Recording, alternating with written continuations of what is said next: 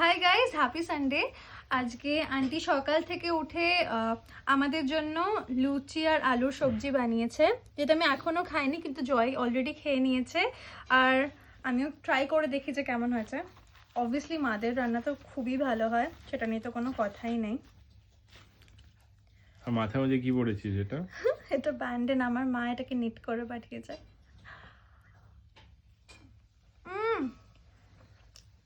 It's too good. খুবই ভালো হয়েছে। আর এই মিষ্টিটা কোথা থেকে আনা? আমরা এটা কালকে সিআর পার্ক গিয়েছিলাম।